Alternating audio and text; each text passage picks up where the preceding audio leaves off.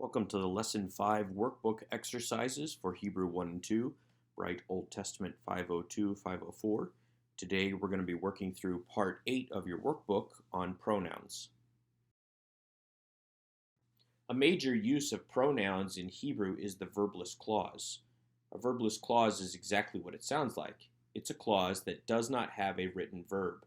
The verb certainly exists both in the understanding of the reader and in our translation, but it is not actually written in Hebrew. Instead, we have to provide it.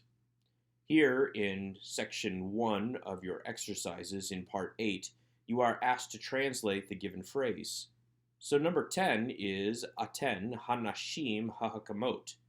How would we translate this, keeping in mind that Hanashim Hahakamot is attributive because of the fact that they both have the definite article, but how would we supply a verb in order to translate this clause? We know that aten is the feminine plural of ata, you. So this is you, plural, you, feminine, you ladies. You ladies, hanashim, women, hahakamot, wise, the wise women. So you, the wise women, we simply supply the verb. You are the wise women. This needs to be done then with all of these exercises, as we understand that the verb is implied even though it's not written, but it does show up in our English translation. So go through, translate these, and include that implied verb. In section 2 of part 8 of your exercises, you are still asked to translate, although instead of dealing with the independent pronouns that we dealt with in section 1, now we're dealing with the independent demonstrative pronouns. This, that, these, those. So we're translating here. How do we translate number 1? We know that yesharim, which means upright or righteous, and hashofatim are not linked in an attributive position because hashofatim has the definite article, but yesharim does not. So this must be a predicative use. As we look at the demonstrative pronoun at the end of the sentence, ha'elah, we notice that ha'elah does have the definite article, which links it with hashofatim. So this is not these are, instead it's these judges, where ha'elah is actually being used as an adjective, modifying shofatim. Since yesharim is in a predicative position, lacking the definite article, we can insert the word are. These judges are upright, or upright are these judges.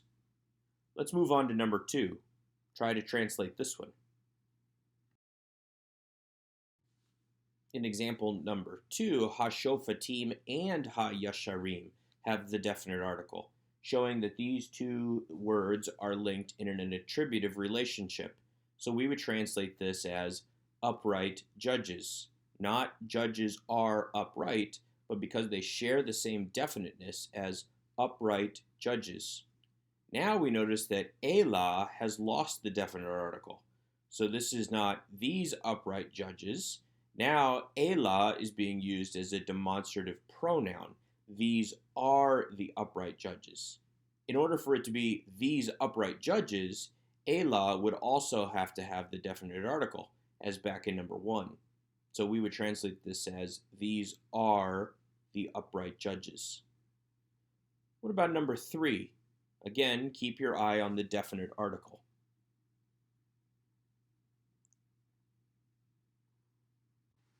Once again, in number 3, we have a definite article on haaretz and hatovah. This links those two words together in an attributive relationship, so we would translate it as land good or good land. Since it has the definite article, it would be the good land.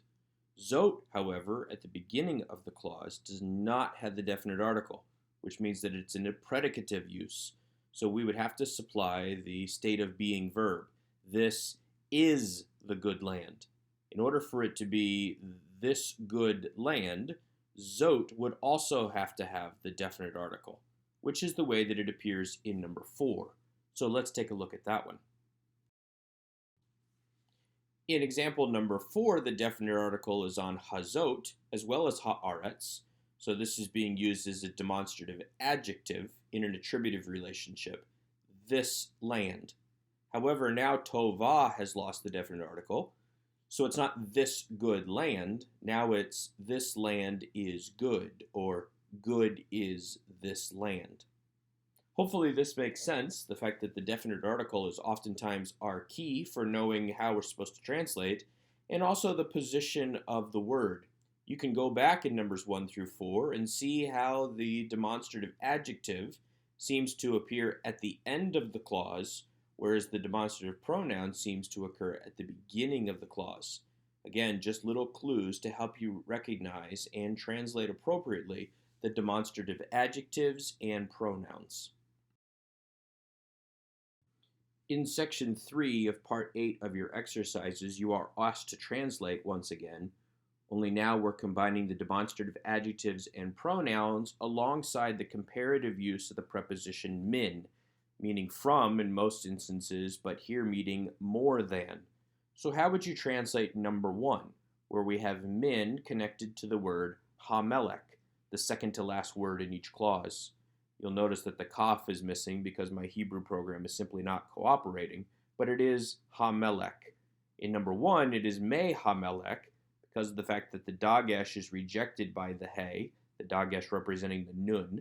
Instead, to keep the rules the way they're supposed to be concerning open syllables, since there is no dagesh to close the syllable in the he, we instead have to lengthen that vowel to a seireh. In number 2, because we've connected the preposition to the word hamelech with a makef, we don't actually have to drop the nun at all, which means we don't have to lengthen the vowel underneath the mem. That said, how would we use min in number 1 and number 2, but primarily number 1 here? How would we translate min in order to compare the first half of the clause with the second half?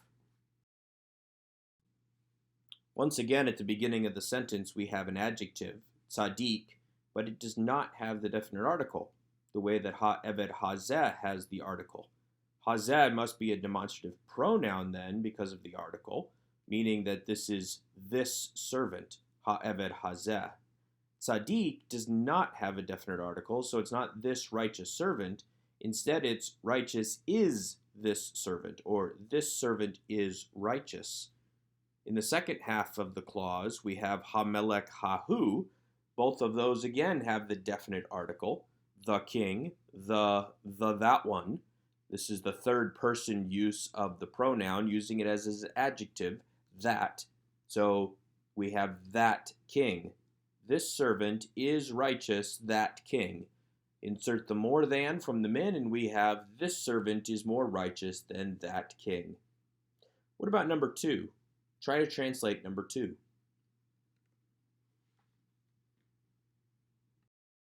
Number 2 is very similar to number 1. Again, we have a demonstrative adjective at the end of the clause, hazeh, the this one, modifying hamelech, the king, because they both share the same definiteness, the melech, the king, the hazeh, the this one, this king. We have the min, which is connected with the makef, so that we'll have more than this king, just as we did in sentence number 1. However, the first part of the clause does not have a demonstrative adjective or pronoun. So instead of having this priest, we have Yashar HaKohen, upright priest. But this is not the upright priest because Yashar is missing the definite article. So once again, we need to supply the verb from the verbless clause. Upright is the priest, or the priest is upright.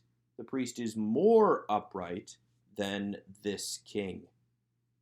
Hopefully that makes sense. Go back and watch this if you need to, but let's go ahead and move on to exercise number 4. Typically, when I teach Hebrew in the classroom, I do not expect students to go from English to Hebrew, only from Hebrew to English. We saw this back when we did part 5 of our workbook, where I gave you the Hebrew instead of the English, as Ben Pelt has done. However, going from the English to the Hebrew can be very good practice, and since these sentences are basic, I decided to go ahead and keep them in tonight's lesson. Here in number 4, in exercise section 4 of part 8 of your workbook, we have the statement, that prophet is holy, and you're asked to translate this into a verbless clause.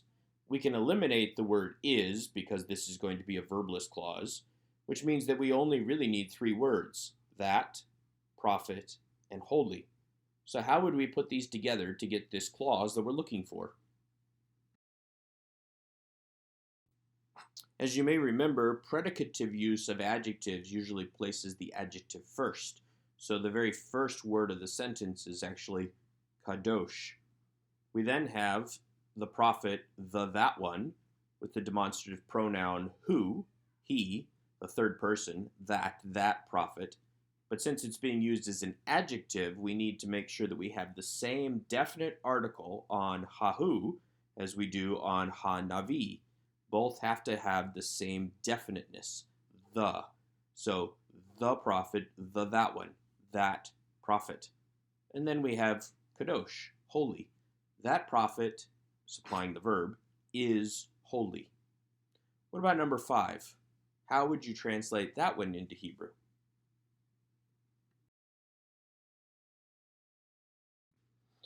We begin with the adjective good, which is tov. When we translate it, we will translate it as better, although we don't actually do anything to the adjective.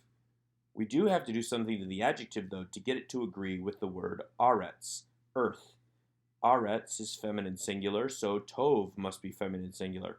To do this, we had the kametz he ending, tova, good. Next, we have the land, this one, haaretz hazot. You'll notice that we do not have the definite article on tova because it's not this good land, but good is this land. We then have the comparative use of the preposition min, followed by haaretz hahi. This is not hahu, which would be that land. This is hahi, that land, because eretz is feminine, so we need a feminine singular demonstrative adjective here, so that we end up with this land is better than that land. Well, hopefully this all makes sense. Go ahead and take a picture of your exercises when they are done and graded and send them to me. Keep working on reviewing material that we've already covered, and I look forward to moving forward into future lessons with you in elementary Hebrew.